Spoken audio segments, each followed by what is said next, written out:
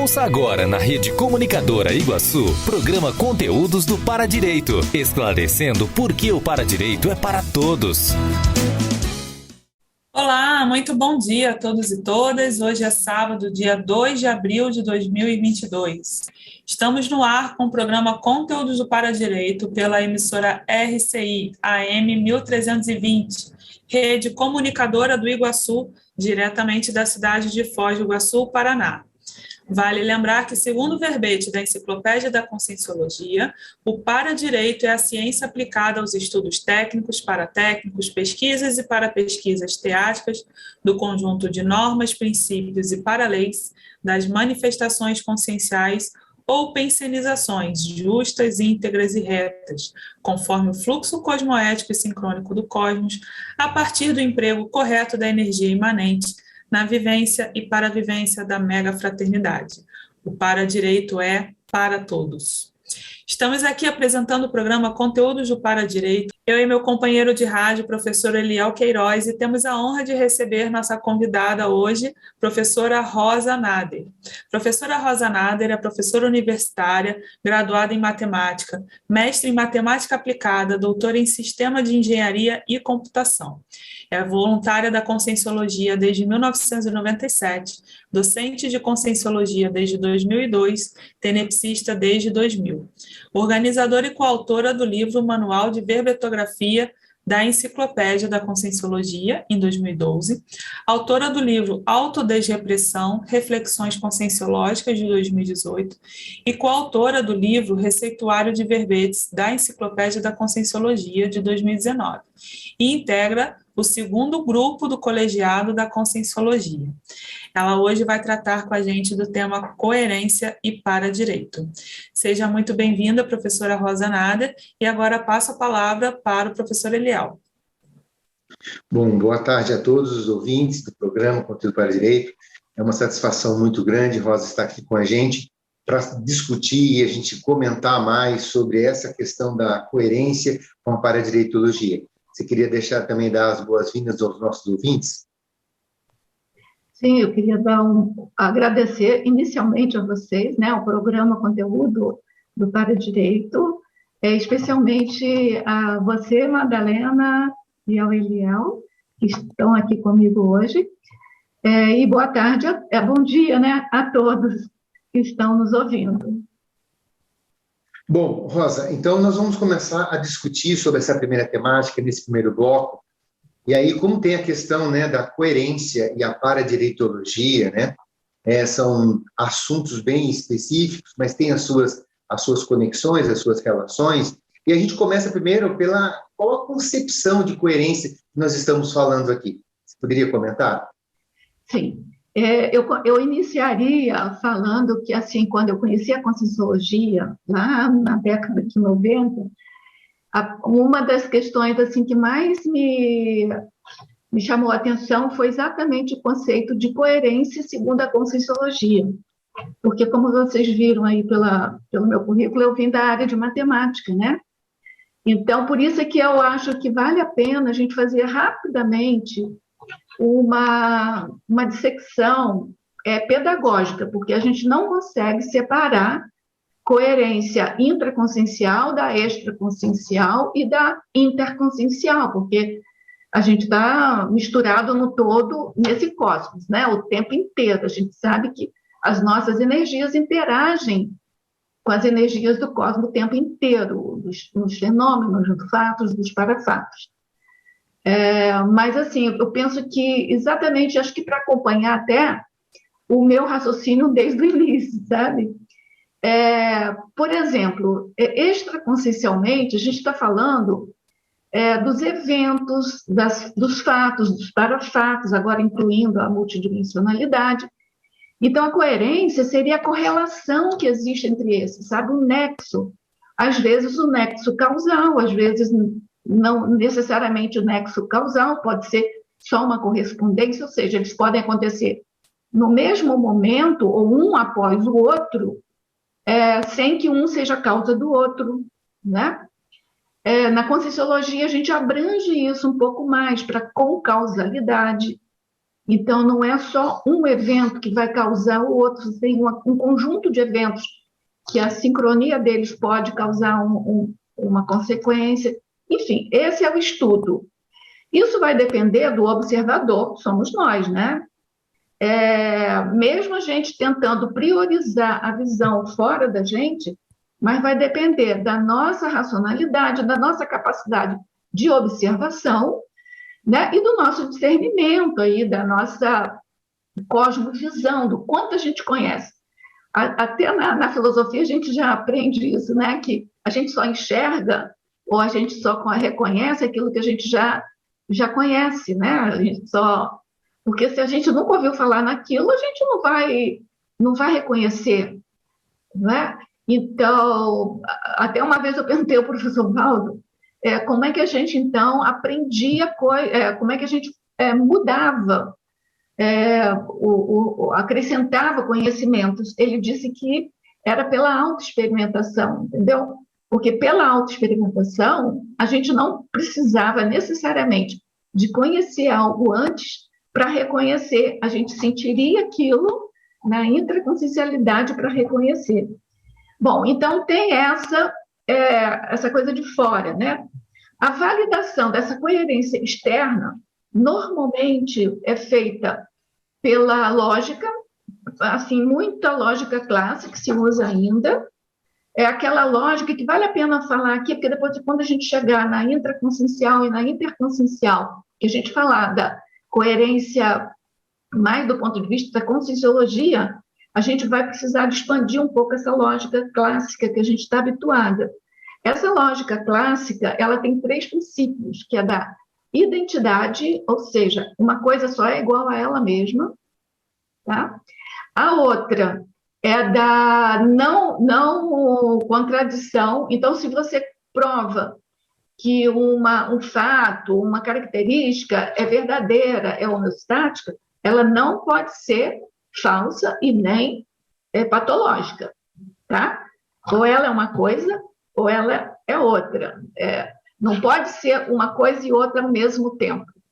E o terceiro excluído, que não tem a terceira alternativa, sabe? Não tem o mais ou menos, né?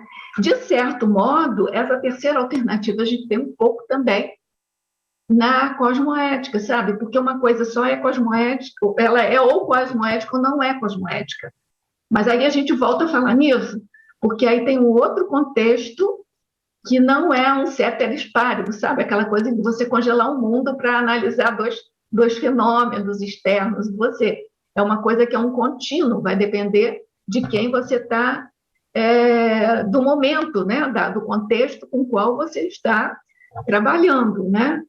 Aí a gente vai voltar a falar nisso de novo. Então, a matemática, por exemplo, quando a gente ouve muito falar nos modelos matemáticos, o que ela faz? Ela pega algumas variáveis de um determinado fenômeno, de um determinado problema. Então, a gente já sabe que se a gente seleciona algumas variáveis, quem seleciona isso é o homem, né? Então, vai depender da capacidade de observação dele. E necessariamente, então, possivelmente, a gente não vai estar conseguindo modelar exatamente a realidade, que a gente pode deixar alguma variável de fora, né? E depois, ali dentro, a gente vai procurar resultados naquele modelo. Normalmente, assim, a maioria dos casos, a gente usa até a lógica clássica. Assim, na área assim, mais da robótica, de outras áreas, você usa outras lógicas, que é a fuzzy lógica, tem muitas outras lógicas. Na fase, por exemplo, já na ciência experimental, assim, que envolve, onde o objeto de estudo é o próprio homem, por exemplo, né? Aí você precisa de fazer corresponder os resultados à realidade. Mas na matemática, por exemplo, que usa a matemática clássica, que usa estritamente a lógica clássica, ela cria um conjunto de axiomas, vai deduzindo as coisas dali com as regras matemáticas existentes, e ela não se preocupa se aquilo tem ou não correspondência com a realidade. Eu estou falando da matemática clássica. É óbvio que alguns resultados da matemática nasceram motivados para resolver problemas da realidade. Mas é assim, a matemática abstrai a realidade e, a partir desse momento, ela vai embora, entendeu? Ela não se preocupa. A questão mais assim, importante que eu acho é que, em determinado momento, a própria realidade exige determinadas situações matemáticas que a matemática clássica não resolve. Então, é interessantíssimo, sabe? Eu gosto para a gente entender um pouco isso, e ela usa a lógica clássica por quê? Porque dentro dela, a validação é a consistência, ou seja, um resultado não pode ser falso e negativo ao mesmo tempo. Entendeu? Então, por exemplo, eu gosto muito do exemplo, que eu acho que fica mais claro, né? O exemplo da geometria. Então, você tem a geometria plana, que é toda feita no plano. Não sei se vocês lembram, mas a soma interna de um triângulo está 180 graus, não é isso? Aí tem outras lógicas. As outras lógicas, elas estão na esfera e elas estão tipo um carretel, assim, sabe? E esse resultado não funciona nessas outras geometrias. Só que cada uma dessas geometrias resolve uma problemática da vida humana, entendeu? Uma resolve a robótica, outra resolve a construção de uma casa, cada uma resolve uma coisa. Só que uma geometria, ela não é compatível com a outra, elas são 3 geometrias diferentes. Entendeu? Aí nós temos a coerência intraconsciencial, que é um atributo, né? E nós temos a coerência interconsciencial, que é a correspondência entre nós e um outro. É nessa correspondência, por exemplo, intraconsciencial, qual é o maior valor? O maior valor é a gente ser a mesma pessoa o mais possível conexo, criando nexo entre uma atitude e outra, sabe? É a gente ser a mesma pessoa em todos os locais, em todas as manifestações, seja intrafísica, seja extrafísica. Isso é uma concepção de coerência. Agora, como eu falei no início com vocês, o que mais me encanta assim, estudar na Conscienciologia é a coerência interconsciencial, porque nós somos diferentes, né? O cosmos tudo no cosmos a gente aprende que é ambíguo. Então, como é que a gente vai relacionar, do ponto de vista da Conscienciologia, com essa coerência que prevê o nexo, que prevê a similaridade, uma coisa encaixada na outra, com essa ambiguidade? Foi aí que eu me encantei por estudar a coerência dentro do conceito da Conscienciologia, porque ele tem no seu início a concessão cosmoética, que é nada mais, nada menos do que uma certa ambiguidade necessária. Então, eu posso estar, por exemplo, fazendo uma TARES, por exemplo, numa determinada pessoa, num contexto, e a uma outra pessoa, num contexto até semelhante, com as mesmas características, eu posso dar uma solução para um, falar uma determinada coisa para um, e falar outra coisa para aquela outra pessoa. Quem está de fora vai pensar até que eu estou sendo incoerente, mas eu estou sendo coerente com a pessoa A e estou sendo coerente com a pessoa B. Por quê? Eu estou usando uma ambiguidade necessária, uma concessão cosmoética com um e estou usando a concessão cosmoética com o outro. Isso já dá um link para o nosso próximo debate, aí, pergunta e tema, que é a nossa paradireitologia, né? Que ela depende um pouco dessa ideia de coerência, incluindo dentro dela a ambiguidade, que na matemática, nas ciências formais, não tem. Entendeu? Não tem. Rosa, então, assim, cada módulo a gente tem, na verdade, uma pensata, né, para a gente até refletir um pouquinho, e para quem está nos ouvindo em casa agora, né, de manhã, possa refletir um pouquinho mais sobre isso, e aí qual é a sua opinião a respeito disso. Eu vou estar falando a pensata, e aí depois, se logo seguido, você faz o comentário, tá certo? Tá bom, tá bom. A pensata, Pensata, volume 1, página 355, coerência. Ela fala o seguinte: a pessoa que não se dá bem com outra evidencia a incoerência mais primária perante a evolução consciencial. Amor é coerência. Podia comentar? Vou dar a minha versão, depois vocês complementem aí com a de vocês, né?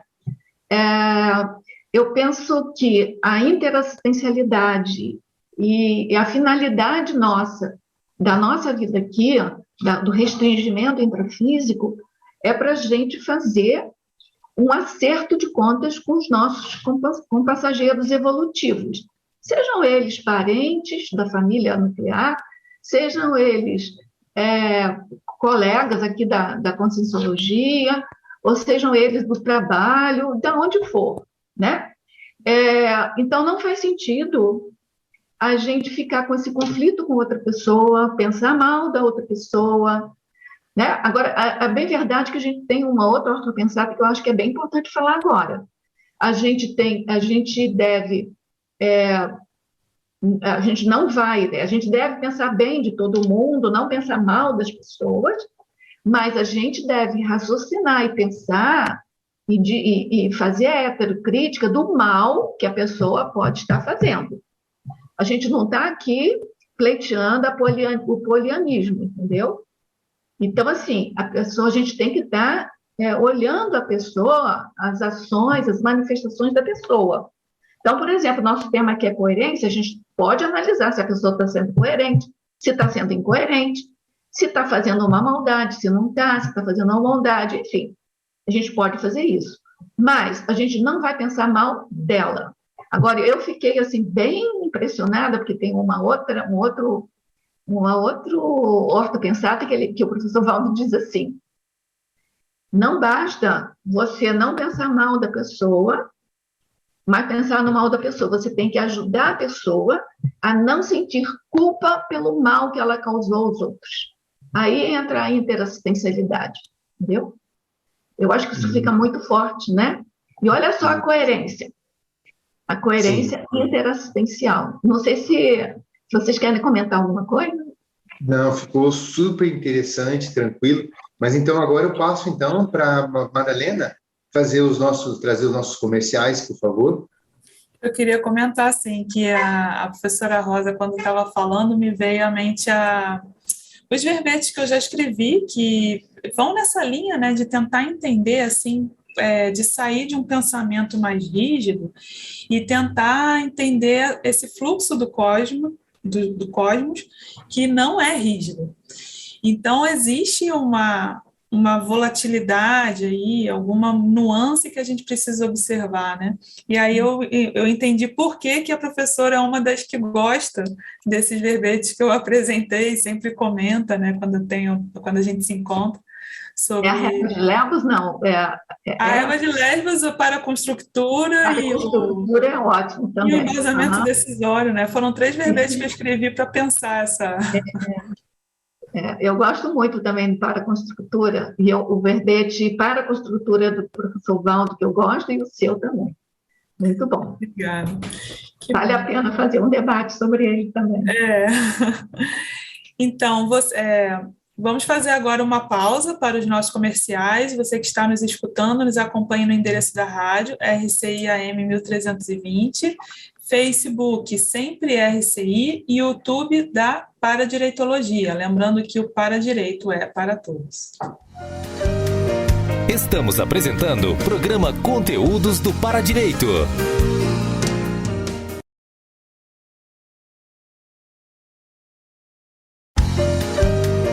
Voltamos a apresentar programa Conteúdos do Paradireito.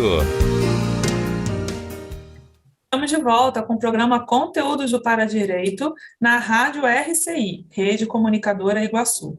Dando prosseguimento ao bate-papo com a nossa convidada, a professora Rosa Nader, o tema é coerência. Agora passo a palavra ao professor Eliel. Obrigado, Madalena. Então, Rosa, estamos aqui no nosso segundo. No primeiro bloco ficou uma coisa muito matutando na minha cabeça, né? Que muitas vezes a gente tem uma prática que não corresponde com as nossas ideias, ou a gente manda fazer uma coisa e a gente faz outra, e aí isso traz um certo nível de autoincoerência, né? Então, que prescrição você daria para a gente diminuir essa autoincoerência, às vezes, que acontece no nosso dia a dia, às vezes, né? Eu falo algumas coisas, mas eu não faço essa coisa que eu estou falando. Como é que eu faço para diminuir isso? Então, tem uma prescrição que eu recebi do professor Valdo quando eu perguntei uma coisa para ele. Eu perguntei sobre desrepressão, sobre alguma coisa nesse nível. E aí ele falou assim, não, assim, as coisas se resumem em duas coisinhas só. O autoconhecimento, que é um estudo egóico, para você se livrar do próprio egoísmo, e o outro é o autodiscernimento, que é você diferenciar o bom do ruim, o certo do errado, o cosmoético do não cosmoético, para saber priorizar, para saber escolher o prioritário. Então, assim, não é quando fala do discernimento, né, o bom, o errado, tá maniqueísta. Não é maniqueísmo, mas é o raciocínio contraponteado, sabe? Para você poder discernir e optar pelo prioritário. Então, quando fala certo e errado, não é que uma coisa é certa ou ela é errada, mas ela pode ser prioritária ou não prioritária para você, entendeu? É o certo para aquela prioridade, para o seu momento. Então, deixa de ser maniqueísta, né? É mais ou menos por aí. E eu tenho uma outra dica também, até que eu coloquei no livro, né? Autodesrepressão, Reflexões Conscienciológicas, que eu acho que é assim, é um pouco mais direcionado do que essa visão geral, né? Do autoconhecimento e do autodiscernimento. Estudar bastante isso. Que é assim, olha, se você tem incoerência, você indica que você tem algum tipo de conflito. Porque o conflito é o quê? É alguma coisa que fica batendo dentro do seu interior, e aí hora você decide uma coisa, hora você decide outra, uma hora você quer fazer uma coisa, mas faz outra. Então, indica que você tem algum tipo de conflito. E esse conflito indica que alguma coisa está mal parada com você, ou seja, tem algum tipo, em algum nível de repressão.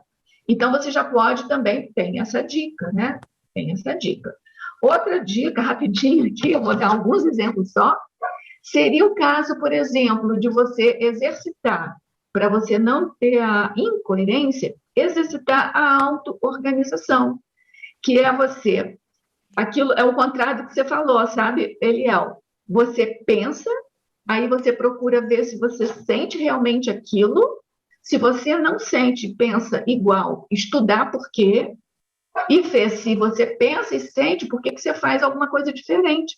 É procurar ver se consegue compatibilizar o que você faz, entendeu? Isso é uma dica aí qualquer. Outro nível, no discurso, tá? Às vezes você está explicando uma coisa, você entra em contradição na hora que você está explicando. Então, assim, tem várias dicas aí. Vamos lá.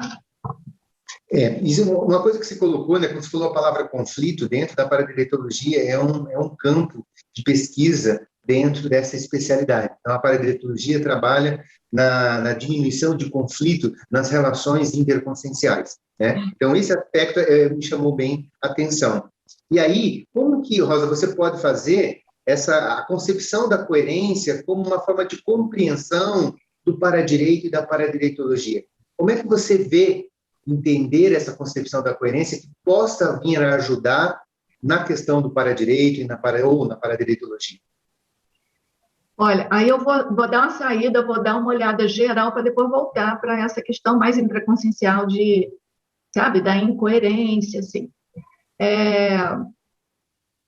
a Madalena, acho que foi a Madalena que leu a definição de paradireitologia, não foi você que leu? Então, é uma coisa assim de organização do fluxo do cosmos, né? É uma coisa, é um conjunto de princípios que dirige o cosmos. A base a base, o que está na base aí é a lei de causa e efeito.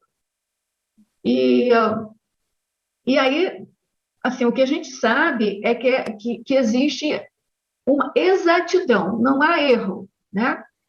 E então, qual é a questão? Ela atua tanto, tem uma pensada, ela atua tanto no réu quanto no juiz. Então, assim, ninguém escapa dela. Não tem impunidade, mas também não tem assim um rigor acima, não tem um rigor acima do necessário. Ela é justa, por isso que a gente diz que ela é para-matemática, né? Tem a exatidão ali no sistema que funciona ali. Então, como é que eu vejo isso? O para-direito é o direito que a gente exerce, ou seja, é a ação que a gente exerce para fazer funcionar essa capacidade que todos têm de evoluírem, entendeu? A gente vai evoluir querendo ou não. O ideal é a gente conhecer as regras, né, da evolução, dessa causa e efeito, para poder evoluir mais rápido. Mas, independente de você conhecer ou não, ela está agindo sobre a gente. E qual é a base da paradireitologia? Por quê? Aí tem uma coisa que está coordenada com essa lei de causa e efeito, que é o determinismo e o livre-arbítrio. Tá certo? Então, assim, a gente tem a vontade que dá a gente o impulso e a liberdade e a vontade de executar ou de realizar alguma coisa, né? Aí, às vezes, aquilo não acontece. Por quê? A nossa pensenidade, ela atrai o cosmos, como que eu vou dizer, um fluxo, não é um fluxo, é uma corrente do cosmos que não deixa aquilo fluir, aquilo desmembrar, aquilo resolver, aquilo ter uma solucionática ali.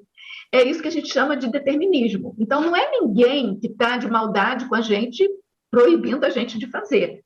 É a própria nossa pensenidade, sabe? É o acúmulo da nossa pensenidade que está fazendo de tal forma que está havendo um afluxo das correntes do cosmos sobre você.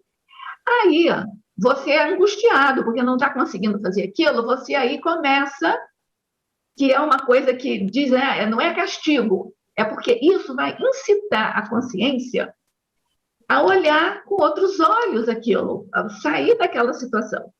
E aí ela começa a solucionar algumas posturas anticosmoéticas, algumas dificuldades que ela tem.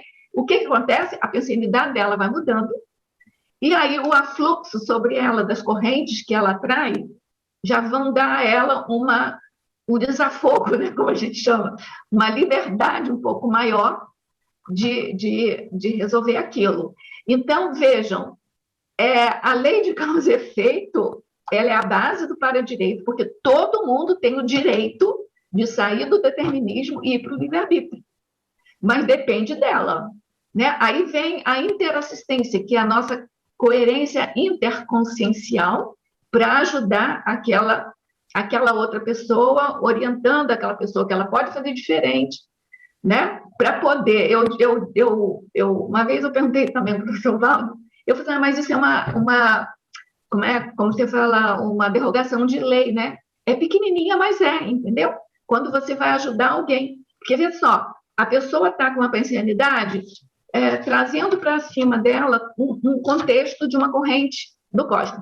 Você vai lá, faz uma TARES com ela, faz uma ajuda para ela, ajuda, dá a mão e tal. O que acontece? Você muda aquela pensenidade, então já não vai mais acontecer aquilo que estava destinado a ela acontecer pela pensenidade dela. Então, você, na verdade, derrogou a lei de causa e efeito, entendeu? Você mudou a causa dela para que a causa dela tivesse com ela um outro efeito. Então, isso é o para-direito. A gente tem o direito, entendeu? Não só da gente mudar as nossas próprias causas, mudar a nossa pensenidade para atrair coisas diferentes, quanto, principalmente, fazer assistência para o outro, que é mudar, mexer na causalidade, ou na concausalidade, né, daquela consciência, para que ela consiga desafogar um pouco o afluxo de corrente da pensenidade dela sobre ela. Isso é para-direito, entendeu? A relação aí, e isso é matemática, ou seja, é para-matemática. Me permita fazer uma correlação aqui, que eu estava conversando isso com a professora Márcia Ram hoje, antes de vir para a gravação, e a gente estava falando, eu estava sugerindo, né, como se a gente estivesse de frente para o mar e tentando entrar no mar pela arrebentação e levando o caixote. E aí a gente fica achando que aquele marzão inteiro, a natureza inteira está ali contra a gente, nos dando o caixote, né? Como se tudo aquilo tivesse à nossa disposição. Quando, na verdade, é só uma questão da gente aprender o melhor momento, o melhor lugar para entrar no mar e como funciona aquele fluxo de água. Porque não dá para a gente ir de ingênuo, né? Tentando encarar o marzão assim de frente de qualquer jeito. Existe um meio de fazer. E que seria justamente essa interassistência, da gente buscar alguém que já compreende um pouco mais que a gente, para saber pelo menos o momento ou o lugar melhor para entrar e não levar mais um caixote. Né? Agora, a coerência ajuda muito a gente nisso, porque assim, ó, se você tem coerência, se você conhece a lei de causa e efeito, se você conhece que a lei de causa e efeito é a base do para-direito, então todos estão submetidos a essa lei. É isso que é o para-direito, né? Aí já estou entrando numa outra questão, talvez, que aí, assim, se você tem coerência, você vai pegar aquele detalhe que você entendeu que é para direito de todo mundo e aquilo vira um para-dever seu, entendeu? Por quê? Porque se você não traz aquilo para dentro de você e aquilo vira uma questão de honra, né, como a gente diz na prática, né, do seu para-dever, você não está sendo coerente. Sabe aquela famosa coisa teática, né? Teoria e prática. Né? Então, se você reconhece aquilo e você não assume aquilo como um para-dever, você está caindo numa incoerência. Tá? Daí essas correlações entre coerência, incoerência e para-dever.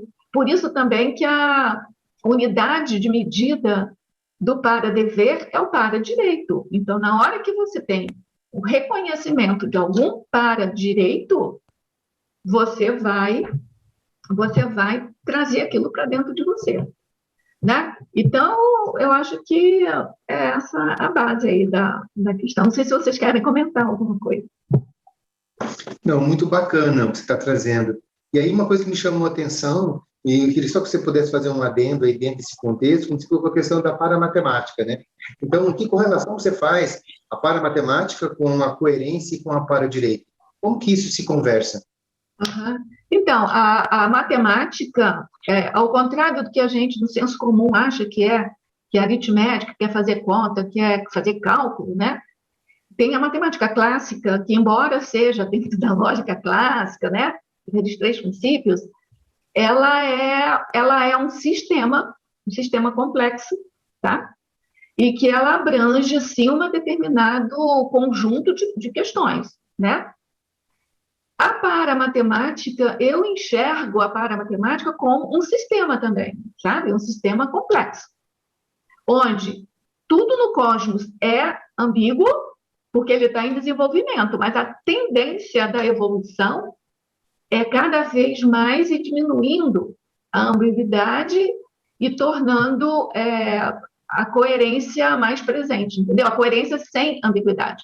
Tem uma página do Conscienciograma, né, que é aquele livro que a gente tem as perguntas para fazer autopesquisa, que o Eliel aí é o doutor no assunto, mais do que eu até, que foi nessa folha de avaliação, eu não me lembro, é responsabilidade e coerência, eu acho, que é 72 ou 73, agora eu não estou me lembrando muito, mas ele começa, foi ali que eu levei o primeiro choque, né, que eu falei assim, puxa, eu tenho responsabilidade e tenho coerência. Aí a primeira pergunta, ou as primeiras perguntas, era o quanto que eu usava de ambiguidade para ajudar os outros. entendeu? Ambiguidade necessária. Se eu sabia fazer isso, opa, o que é isso, né? No meu mundo não cabe ambiguidade, entendeu? Na época, eu tinha aquela coerência burra, sabe? Se eu falasse uma coisa, aquilo tinha que ser igual, né? Então, assim, eu comecei a aprender. Mas o que acontece quando a gente vai lendo as perguntas, que são 20, né? Quando chega mais no final, a pergunta inverte um pouco. Ele pergunta assim, o que você está fazendo para poder abrir mão da ambiguidade necessária, da concessão necessária? Aí você compreende que quando vai chegando no serenismo, que você já não precisa mais necessariamente de fazer isso, entendeu? Você já tem um contexto. E aí eu não entendia isso mais de jeito nenhum, né, gente? Até que eu vi uma tertúlia do professor Valdo, que é Evolução Transparente. E aí, lá pelas tantas, a tertúlia está online, disponível, né? Lá pelas tantas, o professor Valdo dá uma dica que, durante a evolução, ou pela evolução, você vai adquirindo um campo de energia tão harmônico, tão coerente, que você pode falar o que precisa de falar para o outro, que você não vai desmontar o outro, sabe? Não vai fazer com que o outro se perca na integridade psíquica dele. Muito bom, Rosa. Acho que é uma coisa que faz a gente pensar e refletir ainda mais ainda. Bom, agora então eu vou passar então para a Madalena chamar os nossos comerciais, ou quiser fazer algum comentário, fique à vontade, Madalena. Vamos fazer agora uma pausa para os nossos comerciais, aproveitando para divulgar a próxima oficina de condutas paradireitológicas. O tema será Abertismo Consciencial e as professoras Thelma Virgínia Brito e Vânia Bogado. Será no dia 9 e 10 de abril, que será sábado e domingo, e a inscrição é possível pelo site www.juriscons.org/loja. Você que está nos escutando, nos acompanhe no endereço da rádio RCI AM 1320, Facebook Sempre RCI e YouTube da Paradireitologia. Lembrando que o Paradireito é para todos. Estamos apresentando o programa Conteúdos do Paradireito.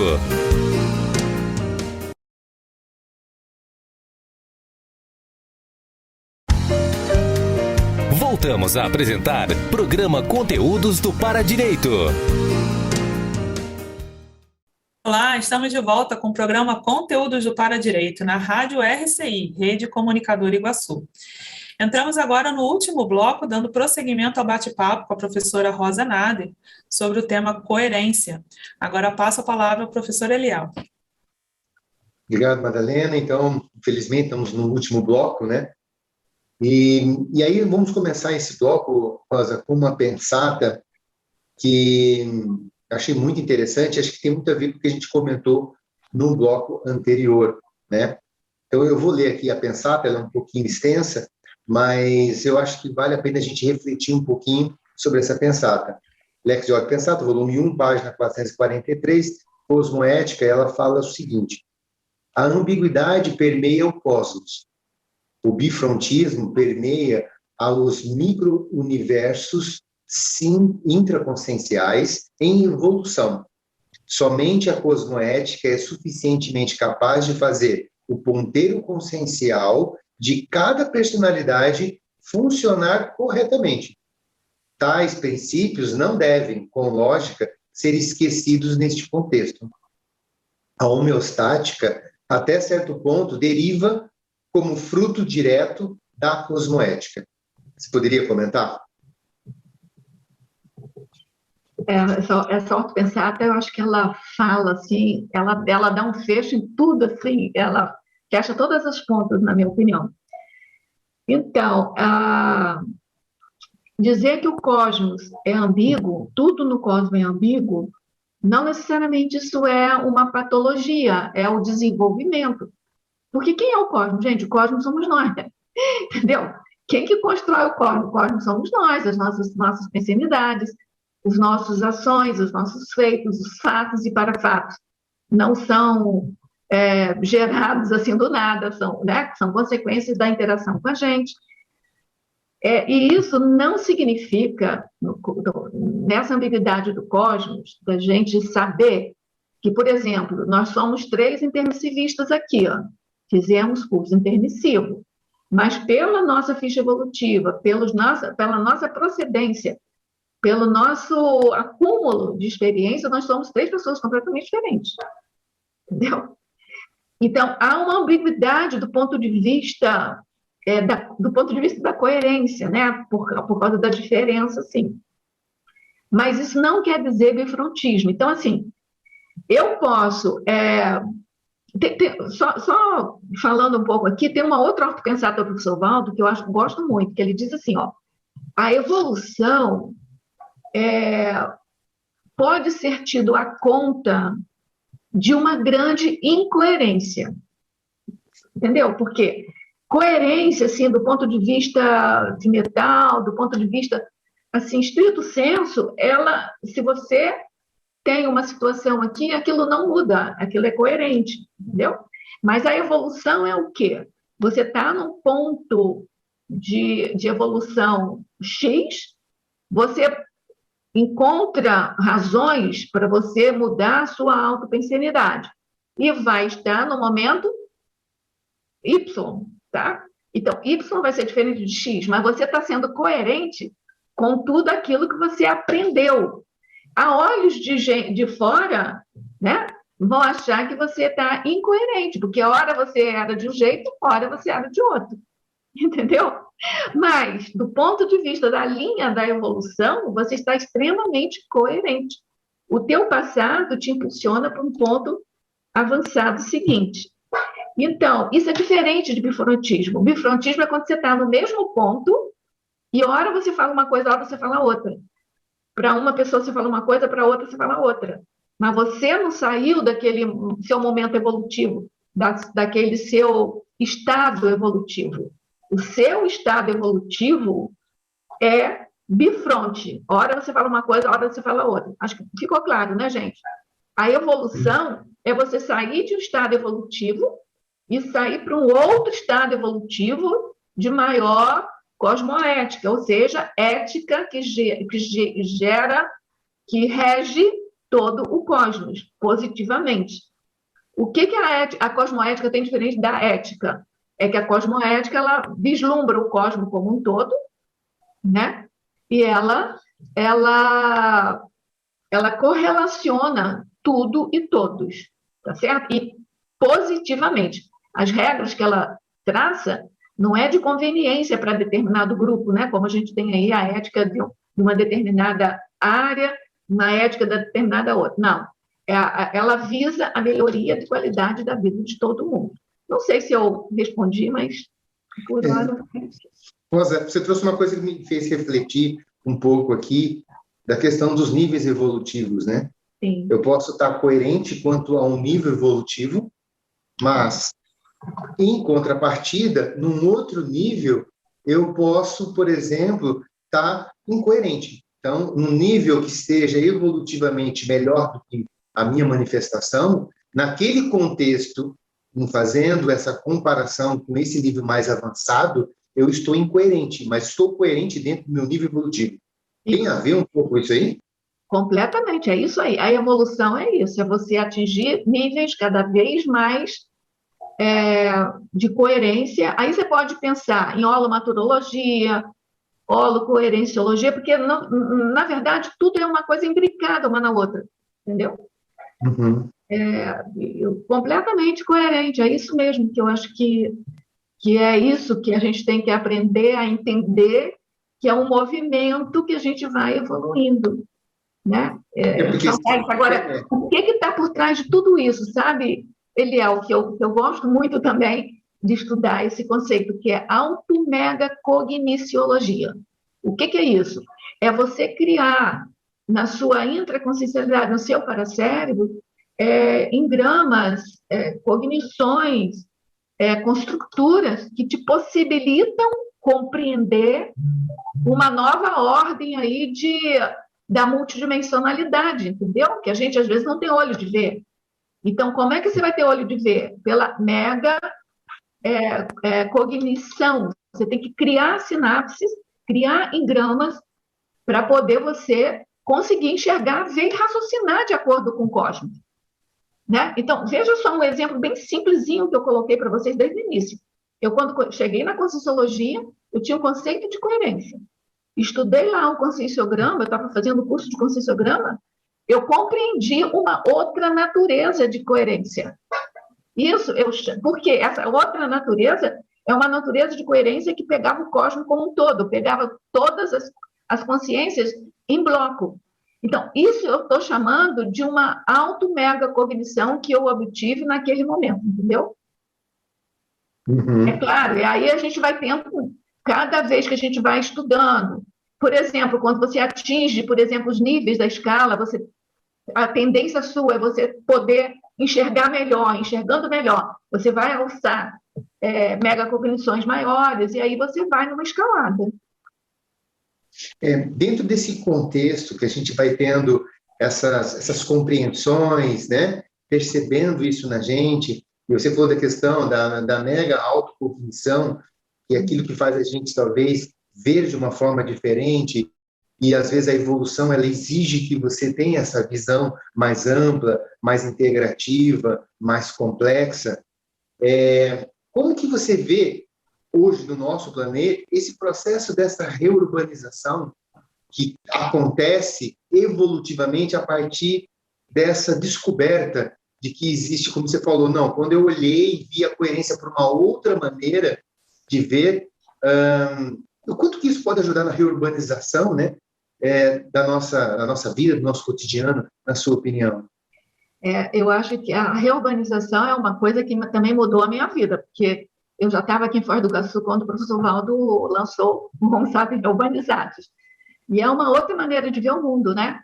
Então, olha só, é uma expressão da paradireitologia. A base do projeto Reurbanização é paradireitológico. Então, assim, para quem fazer um breve resumo aqui, os evoluciólogos, os serenões, as consciências livres de outros planetas se reuniram daqui da Terra, né, que estava no momento, e fizeram um projeto com as experiências que eles já tiveram em outros planetas. Aí eles tiveram que ver a correspondência, olha só a coerência, como é que aquele projeto se adaptava ou não à nossa cultura aqui da Terra como um todo, né? E aí fizeram lá as adaptações para a Terra. Então, assim, eles não vieram com um projeto de outro planeta e puseram para a gente engolir aqui, não. Eles fizeram a coerentização do projeto de outros planetas, que deram certo em outros planetas, com o nosso modus vivendi aqui, tá certo? Por aí já tem um patamar de coerência. Aí eles traçaram 3 diretrizes. Aquela que a gente já conhece, eu vou falar rapidinho aqui. Algumas consciências que eles avaliaram que poderiam resgatar o senso evolutivo foram resgatadas das baratrosferas e colocadas em curso intermissivo, antes de ressomar. A maioria, algumas, não tinham condições de nenhuma maneira de, como que eu vou dizer, voltarem a resgatar o próprio movimento evolutivo. Foram transmigradas para outros planetas. Então, vejam, parece que você está alijando, né, essas pessoas, mas não é mega fraternidade pura, porque se eles continuassem aqui, eles não iam conseguir evoluir. Então, foram levados para um planeta onde lá eles tinham possibilidade de evoluir. E a maioria absoluta veio ressomado compulsoriamente. Por que isso é importante? Porque se você está há milênios, né, lá numa baratrosfera, você vai ficando meio que gelatinoso, sabe? Você vai perdendo a sua unidade lá. Eu não sei se é porque eu já tive uma projeção passando por cima, assim, sobrevoando, né, uma baratrosfera desse tipo gelatinoso. Assim, é uma coisa muito, muito impressiva de ver, sabe? Porque como se fosse uma gelatina, você só identifica que tem consciência ali, porque tem os pontos da cabeça das pessoas, mas elas se misturam, é uma coisa bem, bem dramática mesmo, sabe? Elas não têm a fixação do psicossoma. E a maioria delas, né, quem não foi transmigrada, veio ressomada compulsoriamente. E aí vem a questão da coerência, sabe? Porque, assim, a nossos olhos intrafísicos, a gente está achando que está piorando tudo. Porque a violência está aumentando, né? A falta de raciocínio das pessoas está aumentando, de certa forma. As pessoas estão entrando por uns vieses, assim, de ódio uma pelas outras, de invencionismo, de mentira, de bifrontismo. Assim, uma coisa pavorosa, assim, da gente vivenciar. Por outro lado, se você tiver um olhar da cosmoética, desse projeto da Reurbex, você vai ver que está tudo correndo como previsto, né? E aí tem uma fala, um parágrafo do Homo sapiens reurbanizado que me chama muita atenção, que ele coloca uma listagem de 10 itens que ele chama de macroefeito patológico inevitável da Reurbex. E aí, depois dessa numeração, ele comenta: são efeitos patológicos, mas são em relação à Reurbex, a Reurbex tem um valor, um saldo mais positivo. Entenderam? Então, assim, aparentemente está tudo muito ruim, mas se você tiver um olhar prospectivo e um olhar de cima, afora aquela ortopensata que diz, né, que até 75 vai piorar, mas que depois vai melhorar, a gente tem essa esperança dentro da gente, né? Afora essa questão, assim, independente dessa questão, se você tiver olhos de ver, as coisas estão em andamento, estão no processo de resolutividade, entendeu? Então, assim, e qual é a mola disso? É o para-direito, está dando direito a todos de evoluir. Essa ressoma em massa, a gente pode pensar, nossa, é um castigo, né? Vem lá restringido, não lembra de nada, nem nós que fizemos curso intermissivo lembrando de nada, mas é aquilo que também está na mega fraternidade no para-direito, é para poder a gente esquecer e resgatar alguma coisa de bom que a gente possa resgatar da nova mesologia. Então, assim, gente, é tudo para-direitológico. A gente tem que ter uma compreensão e uma paciência também, né? Uma paciência ativa. Não é aquela paciência de deitar na cama e ficar dormindo até 2075 chegar. Né? Eu, por exemplo, não vou ver o 2075, mas eu vou ver lá do extrafísico, na verdade. Mas, assim, olha, é uma paciência ativa, sabe? Agora, o papel nosso intermissivista, eu não poderia deixar de comentar. Sabe o equilíbrio dinâmico, que as coisas estão se movimentando? Se o equilíbrio fosse estático, seria uma coerência estática. Mas se a gente está falando de uma coerência evolutiva, onde a gente tem a ambiguidade ali inclusa, a gente está falando que nesse equilíbrio ele não pode ser rígido. Tem que haver um certo desequilíbrio rápido para poder as forças se reequilibrarem no patamar maior. Tá? Então, é isso que a gente está tentando fazer. Nós, intermissivistas, se nós cumprirmos as nossas obrigações de mantermos a ortopensenidade, as ações interassistenciais, né? A conscienciologia é um auxílio, é maravilhoso, mas depende da gente, não depende mais da conscienciologia, entendeu? Aí o que vai acontecer? Essas forças, né, entre os consréus ressomadas e as consréus que passaram pelo curso intermissivo, portanto, chamam-se de intermissivistas, essas forças vão se balanceando e nós temos eu acho que é o dever, sabe? O para-dever de puxarmos esse equilíbrio cada vez no patamar acima. Rosa, eu achei muito interessante o que você colocou, e aí eu queria agradecer, né, aos nossos ouvintes, agradecer a presença de vocês aqui, e aí gostaria que você também fizesse a sua despedida ao nosso público. Se quiser passar algum recado, fique à vontade. Sim, eu queria mais uma vez agradecer a vocês. Eu, assim, tenho o maior fôlego, o maior prazer de debater esses temas, assim, a oportunidade que vocês estão me dando, né? E os ouvintes, com certeza, vão, assim, pensionizar sobre esses assuntos. Cada um que pensionizar, mesmo que eu não saiba quem são, né? já estão me ajudando, né? Porque a gente vive, como eu falei, né? A gente vive num sistema, né?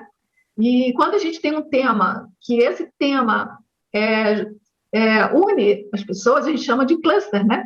Dentro do sistema todo, a gente tem um cluster. E eu queria convidar, sim, as pessoas todas que estão nos ouvindo para o dia 9 de abril, o próximo sábado, às 15 horas, a participarem conosco do Areópago Conscienciológico, e o tema vai ser destino. Tem tudo a ver com o nosso debate de hoje, né, da coerência, que leva a gente para destinos melhores, né, destinos pessoais melhores. Tá? Então, meu muito obrigada a todos vocês. Madalena? Olha, é um trabalho voluntário, né, Eliel? Mas o primeiro a receber esse amparo, toda essa assistência, somos nós, porque, assim, incrível, maravilhoso. Chegamos ao final, agradecemos a presença da professora Rosa Nader e aos espectadores e ouvintes que nos honraram com a sua participação. Aproveito para reforçar o convite da nossa oficina de condutas paradireitológicas nos dias 9 e 10 de abril, sábado e domingo da próxima semana. Pode ser adquirido lá pelo site da Juriscons, www.juriscons.org/loja. Você que está nos escutando, nos acompanhe no endereço da rádio RCI-AM 1320, Facebook Sempre RCI e YouTube da Paradireitologia. Lembrando que Paradireito é para todos. Para todos.